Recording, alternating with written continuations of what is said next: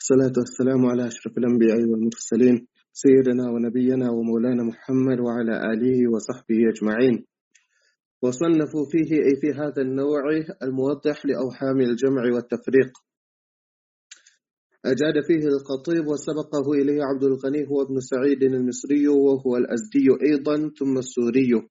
فمن أمثلته محمد بن سايب بن بشر الكلبي نسبه بعضهم إلى جده فقال محمد بن بشر، وسماه بعضهم حماد بن سائب، وكناه بعضهم أبا النضر وبعضهم أبا سعيد وبعضهم أبا هشام، فصار يظن أنه جماعة وهو واحد، ومن لا يعرف حقيقة الأمر فيه لا يعرف شيئا من ذلك.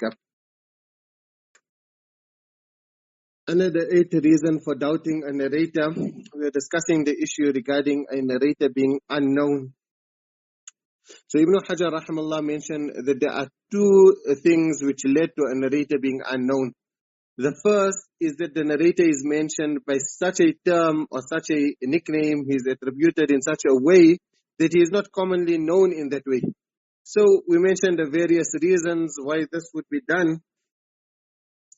Even the scholars of the past, they needed to learn about this because this could then help them in verifying that it's just one person and all of these different names are being given to this one person.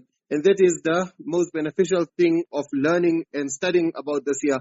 So Allama al-Qani says, وَمِن فَوَائِدِ مَعْرِفَةِ هَذَا النَّوْعِ الْأَمْنُ مِن تَوَهُّمِ الْوَاحِدِ اثْنَيْنِ فَأَكْثَرُ وَالْأَمْنُ مِنْ اشْتِبَاهِ الثِّقَةِ بِالضَّعِيفِ وَأَكْسِهِ. That the great benefit of knowing this here is that at least now you won't think one person is multiple people. And likewise, you won't think that a weak narrator is actually thiqa, because if you think that he is another person, if you confuse him with another person, then you might regard someone who is weak, someone who is even a fabricator, you might regard them to be reliable. But it is not so simple. The most elite of scholars committed errors here, as we'll soon explain. So remember, actually, it wasn't only weak narrators who done this with ulterior motives, they camouflaged the names of the teachers. There were also those few reliable narrators who did it with clear motives, like Allama Khatib rahmallah himself done it at times because he's narrating so often from the Shaykh. So just to make in a different way, for tafannun, he done it.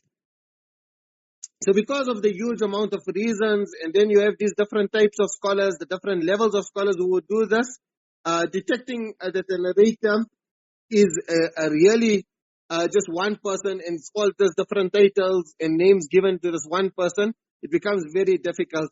And therefore you find Allama Munawi rahmallah, he said, وَهُوَ فَنٌّ عَوِيضٌ جِدًّا, that this here is extremely difficult. So he's saying that because it's obviously, it becomes really difficult to verify that whether it's one person or whether it is more than one person.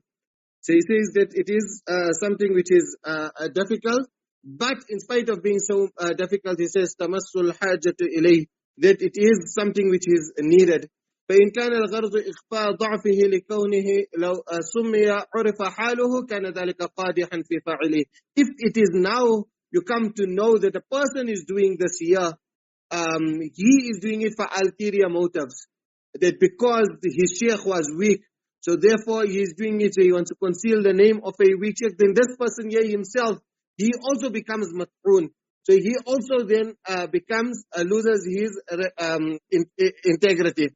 لأن فيه إخراجا لذلك الراوي من حيز القطع وتطرحه لكونه متروكا والتسامح بقبوله لسيرورته مجهولا، وأقبح من ذلك يكن الضعيف بكنية الثقة المسمى باسمه. Even worse is where they lie and where they take the name of a thiqa rawi and put that name in place of a weak narrator. So Ibn Hajar rahmallah now moves on to discuss different publications, different books which were written on this topic. So he says, وَصَنَّفُوا فِيهِ أي في هذا النوع الموضح لأوهام الجمع والتفريق. So he's saying that they wrote on this topic. But now he's saying they wrote on this topic الموضح لأوهام الجمع والتفريق. The author of this kitab, al-Muwaddih, if in your kitab you got al-Mudih, I'll explain just now why you pronounce it al-Muwaddih. Say, if you got the name of this kitab here, it's actually only written by Allama Khatib. But you can see Ibn Hajar is saying, وَصَنَّفُ is using the jama'ah. So, therefore, there is an ishkal that وَلَفْضُ صَنَّفُ لَا يُلَائِمُهُ وَالْأَظْهَرُ الصَّنَّفَ. You're supposed to say وَصَنَّفَ فِيهِ, that Allama Khatib, or you could have said وَصُنِّفَ فِيهِ. But he couldn't use the plural and say وَصَنَّفُ فِيهِ. So Mullah al-Qari explains and he said, وَالْمُرَادُ بِالْمُوَضِّحِ اسْمُ جِنْس لِكُلِّ مَا صُنِّفَ فِي هَذَا النَّوْعِ. That this year it becomes an ism jins. So it's no more a title of a book, rather this here is a complete sentence. Now in this case, the meaning of the sentence is going to be وَصَنَّفُ, they wrote, فِيهِ, on this topic, فِي هَذَا النَّوْعِ الْمُوَضِّحِ, that which elaborates and clarifies لِأَوْهَامِ الْجَمْعِ وَالتَّفْرِيقِ, the mistakes which were made on this. So it's not now talking of a title of a book. Then أجاد فيه الخطيب. So Allama Khatib also wrote on this topic and he done a brilliant job. So that's the one way of translating it. Alternatively, obviously, when plural is mentioned, there's many tawilat you can make that is just using the plural out of respect or something like that. So in this case, then the name of the book, Al-Muwaddih li-Awham al-Jam'i wa Tafriq, it will mean that it's only the book of Allama Khatib. So Allama Khatib, rahmallah, wrote this kitab. Now the name of this kitab here, so many scholars prefer that you will have to read it as a taf'il. So like Allama al-Laqani rahmallah said, huwa ismu fa'il waddaha kafarraha, that this is how you read it from Bab taf'il. And this is how it is also in some of the publications, like I will soon explain. But Mullah al-Qari rahmallah clarified, even our Ustad said that you read it with from Bab taf'il. But Mullah al-Qari rahmallah, he clarifies that you can read it from Babu If'al or from Babu Taf'il. So you can read it as bit-takhfif wa yajuzu tajdeedu. You can read it as al-mudih or you can read it as al-muwaddih. So it was printed, it was published with a tahqiq of Sheikh Muallimi, Abdul Rahman ibn Yahya al-Muallimi, by Dar al-Fikr al-Islami in 1985. It's in 2 volumes. And if you have to add both volumes together, it comes to about over 1,000 pages. So on this print, it comes from Babu If'al as Al-Mudih. Then it was also printed by Darul Ma'rifah with the tahqiq of Abdul Mu'ti Amin. And the title on this print comes from Babu Taf'il. So this here is a brilliant book. You can see Allama Ibn Hajar rahmallah is praising it. We mentioned earlier that some of the most senior scholars would make mistakes on this. They would confuse narrators. They would assume that it's multiple people. Meantime, it was only one person. Some of the most senior imams. So Allama Khatib rahmallah, he outlines the errors of some of these imams. And guess who is the first person that he starts off with? It is none other than the greatest of imams, Imam al-Bukhari rahimahullah. So that shows that there were times when Imam Bukhari rahimahullah himself would make mistakes on this here. He would assume that one person was many other people because of the different titles and attributes that was explained last week. And at other times, there were separate people, but Imam Bukhari rahimahullah, so such a great imam, such a master, he would assume that it was one person. So Allama Khatib rahimahullah mentions about 18 odd places where Imam Bukhari rahimahullah made mistakes. Thereafter he goes to the next imam. Now you might wonder that how can we say such great imams like these could make mistakes? Who are we to say Imam Bukhari rahimahullah made a mistake? So Allama Khatib rahimahullah, he did clarify this yam that it did not intend attacking the ulama. Rather, he intended just completing their work. So he was just outlining some errors so that now when you go to their work, you go into their work and it's 100% correct everything that they have said. In fact, it's important to quote his statements. So he said, I'll go through the whole paragraph. I think it's a bit important to quote it. So he says, وَلَعَلَّ بَعْضَ مَنْ يَنْظُرُ فِي مَا سَطَرْنَاهُ وَيَقِفُ عَلَى مَالِ كِتَابِنَا هَذَا ضَمِنَّاهُ يَلْحَقُ سَيِّئُ الظَّنُّ بِنَا. Person is going to look at this kitab of ours where we are outlining errors of such senior scholars. They're going to يَلْحَقُ سَيِّئُ الظَّنُّ بِنَا. He's going to now think bad about us. Think that who am I? They're in South African context. Who's this lady here to come and now talk against such great ulama? وَيَرَى أَنَّا عَمِدْنَا لِلطَّعْنِ عَلَى مَنْ تَقَدَّمْنَا. He will think now we are just criticizing earlier scholars. وَإِظْهَارُ الْعَيْبِ لِكُبَرَاءِ شُيُوخِنَا وَعُلَمَاءِ سَلَفِنَا. And we are trying to show errors and mistakes and faults of some of the most senior shuyukh and the ulama of those who came before. وَأَنَّا يَكُونُ ذَلِكَ.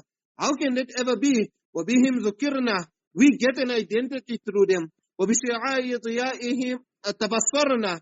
We are treading in their light. وَبِاقْتِفَائِنَا واضح رسومهم وباقتفاء واضح رسومهم تميزنا, something like that. That we وبسلوك سبيلهم عن الهمج تحيزنا وما مثلهم. So now this here is a very interesting thing which he quotes, that if you have to really ponder over it, you'll be able to pull out so many explanations. He brings his sanad and he says وما مثلهم ومثلنا إلا ما ذكر أبو عمرو بن العلاء. That the difference between this us and our pious is like how Abu Amr ibn al-Ala has said, ما نحن في من مضى إلا كبقل في أصول نخل طوال. That our example, now I'll translate it for us in our context, our example and the example of earlier scholars is that we are like that small fruit, that small date which comes on that huge, mighty palm tree. So like I say, there's so many explanations you can give on this here. That tree doesn't need that small date, but in order to grow and become a date, that date needs the tree. The tree is the reason for the date's existence. If had the date not been there, had the tree not been there, that fruit would have not come about. So many, in comparison of size, that small date, able to see it from far. Yet that tree is so huge. But what do you go and eat? You don't go and eat the bark of the tree, or you don't go and eat what you eat that date. So the sweetness is coming, but you have to look at the source of that sweetness. So then he says, so this is the example between us and these great scholars of the past. That we are like that small date. People now think that we know, but meantime, it's from these great palm trees. وَلَمَّا جَعَلَ اللَّهُ تَعَالَى فِي الْخَلْقِ أَعْلَامًا ونصب لكل قوم إماما لزم المهتدين بمبين أنوارهم والقائمين بالحق في اقتفاء آثارهم ممن رزق البحث والفهم وإنعام النظر في العلم بيان ما أهملوه. He's saying that Allah Ta'ala now give different people different mental capacities. So there will be those who might detect an error of great imams, of great scholars. So what he is saying, he's saying that if Allah Ta'ala has blessed you with this, then it's necessary that you will have to clarify the errors. But tasdeer ma aghfalu, if they didn't mention anything, you will have to fill in that gap. Is lam yakunu ma'asumina min az-zalal, because they were great imams undoubtedly. Imam Bukhari, obviously, who can ever doubt that? But at the end, he was a human being. He was not free from error. وَلَا آمِنِينَ مِن مُقَارَفَةِ الْخَطَإِ وَالْخَطَلِ. And then now look at these words here. He says, وَذَلِكَ حَقُّ الْعَالِمِ عَلَى الْمُتَعَلِّمِ. It's the right, that it's the previous scholars, the right that we have to mention if they made mistakes. وَوَاجِبٌ عَلَى التَّالِ الْمُتَقَدِّمِ. And then he also then clarifies another book of his where he praised Imam Bukhari rahimahullah. So it doesn't mean that here, because he's mentioning that Imam Bukhari made a mistake, that now he no more respects Imam Bukhari. He's mentioned it. I wrote an entire kitab on the manaqib of Imam Bukhari rahimahullah. So you should not read it out of context. So this here happens very frequently in durus. You will notice one scholar condemning another scholar left, right and center during the dars. Yet when that alim has to come, like for example, a senior sheikh from another country, when he comes, that same ustad who was making so much rad, he will be there in the front making his khidmah. Because obviously, it doesn't mean that the other alim is such is ma'asumina min al-khata. So this is what we should always also keep in mind. But obviously we shouldn't now think that from now we already have that ability of going and detecting errors. To fight a lion, you have to be a lion.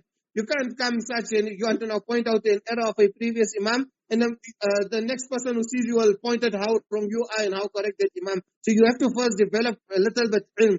So that is why the golden words which he mentioned in this year is مِمَّنْ رُزِقَ الْبَحْثُ وَالْفَهْمُ وَإِمْعَانُ النَّظْرِ فِي الْعِلْمِ. So those kind of people. So anyway, that's just one point which came in passing to discuss. So Allama Ibn Hajar rahmallah, he praised this book of Allama Khatib, and he said, أَجَادَ فِي الْخَطِيب. So it's not anyone just praising this book. It's a stalwart like Ibn Hajar. Ibn Hajar was also a critic. Allama Khatib not done a good job. Had Allama Khatib rahmallah been wrong and Imam Bukhari was right, Ibn Hajar would have clarified it, and he would have said that Allama Khatib tried to pull out errors of previous Imams, yet he was wrong and those Imams were right. But the truth is that when you go through the book, you'll find that yes, these previous scholars were, but and also look at the whole big picture. Imam Bukhari rahmallah spoke about thousands of narrators, and I just told you that in this kitab, Allama Khatib rahmallah, through research, he only managed to find 18. So it's not even like a drop in an entire ocean. Allama Munawi rahmallah then says with regards to Allama Khatib, he says, وَاسْتَعْمَلَ الْخَطِيبُ شَيْئًا كَثِيرًا مِنْ هَذا. Basically, Allama Khatib rahmallah was a expert in this field of when there's one person who's given multiple titles. You remember in the Muqaddamah Ibn Salah lessons on page 76 we ran where Allama Ibn Salah rahmallah said, وَتَسَمَّحَ بِذَلِكَ جَمَاعَةٌ مِنَ الرُّوَاةِ الْمُصَنِّفِينَ, that some authors tried to write on this here, minhum al-Khatib Abu Bakr, and then after it, what did Allama Ibn Salah rahmallah mention with regards to Allama Khatib? He said, فَقَدْ كَانَ لَهْجًا بِهِ فِي تَصَانِيفِهِ. So this Allama Khatib rahmallah was the greatest expert in this year. So Ibn Hajar rahmallah mentioned first about the book of Allama Khatib rahimahullah. Then he says, وَسَبَقَهُ إِلَيَّ عَبْدُ الْغَنِي هُوَ ابْنُ سَعِيدٍ الْمِصْرِ وَالْأَزْدِ أَيْضًا. So he says that before Allama Khatib, Abdul Ghani ibn Sa'id ibn Ali al-Azdi, who was born in the year 332 and passed away in the year 409, he also wrote on this year. So he was the Muhaddith of Egypt, and he wrote on a few different topics on Ulum al-Hadith, so he also wrote on this year. Allama Munawi rahmallah mentions the name of his kitab was Idah al-Ishkal, but from what my limited knowledge, I think that this book here is mafqood. Probably it could be in one of the museums or libraries. Maybe you could try to look for it. Ibn Hajar rahmallah then mentions about a third scholar who also wrote on this year, but he just mentions him by his last name. He says Thumma Suri. So this is referring to Muhammad ibn Ali as-Suri. So he passed away in the year 401. So now if you have to look at it, you'll see that Allama Khatib was the last from all of them who passed away. Abdul Ghani passed away in 409.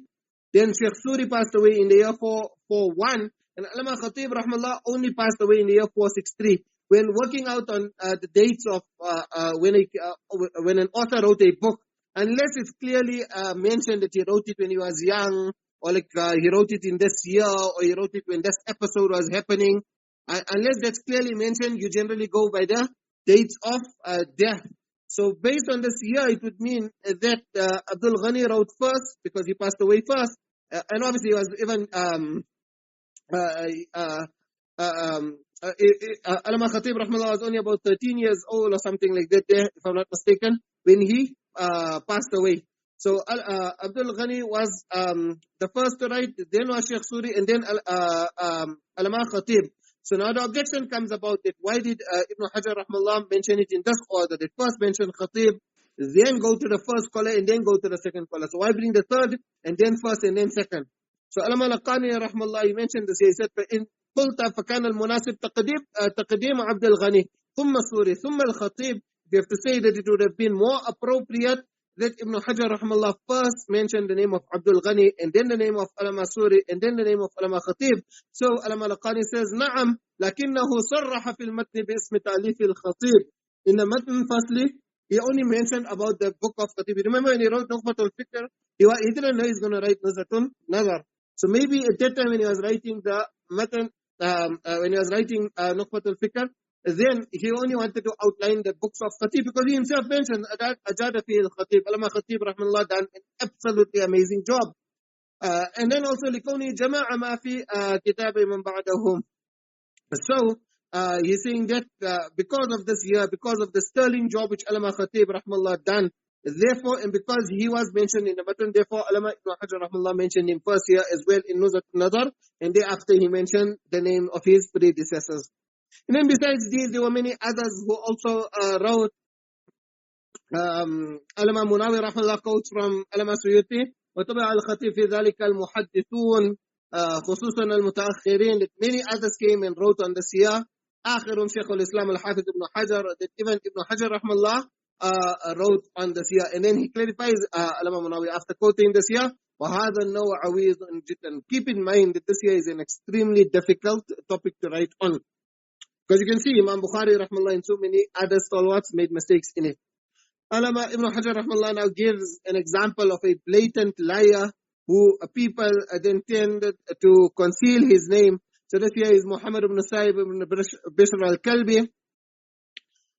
He passed away in the year 146 Hijri, just a few years before Imam Abu Hanifa rahmallah could pass away. Allama al-Qani rahmallah describes him as a master in ansab. So he says, kana allamatan fil ansab, that he was a master in ansab, in ansab, in the lineage of the Arabs. So he wrote a book called Jam'u Ansab al-Arab. He gathered all the ansab of the Arab, and till today the Arabs, they base it on their lineage, so they want to know from them till even before, as far back as they can go. So this kitab here, Jam'u Ansab al-Arab, it's probably the greatest book which has been written on ansab. So because he wrote such a great book, people now wanted to quote from him. And besides that, he was a mufassir also, he was an allama. Allama Munawi says, al-mufassir al-allama fil ansab. So he was such a great person, and because of that, now people try to camouflage his name and conceal his identity. So many people tried to alter his name, so much so that it was altered in more than 30 different ways. But at the end of the day, when it came to hadith, then he was ahadud du'afa wal-kadhabin. He was extremely weak, and he was a great liar. Imam Tirmidhi rahmallah narrated from him, you may remember, he said, clearly mentioned after narrating, وَلَيْسَ إِسْنَادُ بِصَحِيحٍ وَأَبُو النَّضَرِ الَّذِي روى عنه محمد بن إسحاق هذا الحديث هو عند محمد بن سعيد الكلبي. So he says then, you can أبا النَّضَر وقد تركه أهل العلم وهو صاحب التفسير. And then after that, he basically outlined his errors. So Ibn Hajar rahmallah explains how he was given so many different titles and he was called in so many different names. Then it was assumed that it is another person. So he said, وَمِنْ أَمْثِلَةِ Muhammad ibn Sa'ib ibn Bishr al-Kalbi. The example is Muhammad ibn Sa'ib ibn Bishr al-Kalbi. So this is how he is famously known as. If you say Muhammad ibn Sa'ib al-Kalbi, then people will know who you are talking about. But now, some people said that they started to nasabahu ila jaddi. They started to say Muhammad ibn, instead of saying Muhammad ibn Sa'ib, they began to say Muhammad ibn Bishr. So now people will think that it's another person, because Muhammad ibn Sa'ib is this person. Maybe there's another narrator who's known as Muhammad ibn Bishr. So who would do this here? Allama al-Qani rahmallah explains that Abu Usama, Hammad ibn Usama, he would do this here. Then others, they started to call him Hammad ibn Sa'ib. So his name is Muhammad. Look, they're changing his name. Now go back to the root letters. You can see Hamida, Muhammad, and Hammad. So they're taking the root letters. Technically, they're not lying, isn't it? Because they're just taking the root letters and they are mentioning the same name. So from Hammad, if they wanted to, they could even mention Mahmud or something like that. So looking at the root letters from Hamida. So, so some of them would do like this here. So Mullah al-Qari rahmallah says that it makes it sound now like either he has two names, banana ala anna law ismayn. Maybe there were people who would call him Muhammad, or maybe there were people who would give him this nasab and call him Muhammad, or maybe they were trying to conceal it. Likewise, others they would call him Abu an-Naḍar, like you can see Imam Tirmidhi rahmallah, he just mentioned that huwa indi Muhammad ibn Sa'ib al-Kalbi yukanna Abu an-Naḍar. Then there were those who would call him Abu Sa'id, and who would do this here? It's Atiyah ibn Sa'ad.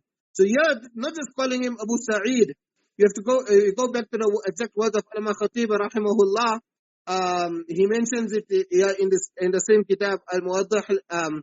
He mentions that Yarwi anu Atiyah al-Awfi fi tafsir. He mentions that Atiyah narrates from him, and he would call him Abu Sa'id. What was the reason for that? إنما فعل ذلك ليوهم الناس, that he wanted to make people, fool people and make people understand that this is Abu Sa'id al-Khudri radiyallahu anhu, the Sahabi. So obviously now the Sahabi, the status of the Sahabi, not just any Sahabi, a senior Sahabi like Abu Sa'id al-Khudri, if you have to find a hadith like that, ala ra's wal ayn, you will accept it. So, but meantime, it's just Kadhab who is narrating it. So therefore, this person here, Atiyah ibn Sa'ad, he would conceal his name and change his name and make it sound like it's Abu Sa'id al-Khudri.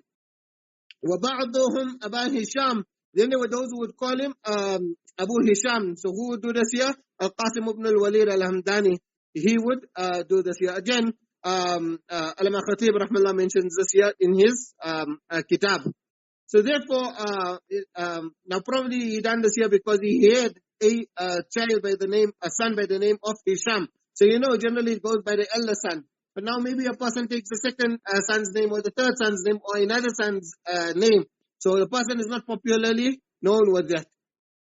So because of all these different names, what happened then? So Allama Ibn Hajar rahmallah said, فَصَارَ يُظَنُّ أَنَّهُ جَمَاعَ وَهُوَ وَاحِدٌ. People who think that all of this here are different people. That when they say Abu Hisham, it's referring to someone else. When they say Abu an-Naḍar, it's referring to someone else. When they say Muhammad ibn Bishr, it's referring to someone else. And Muhammad ibn Sa'ib, he is that one and only.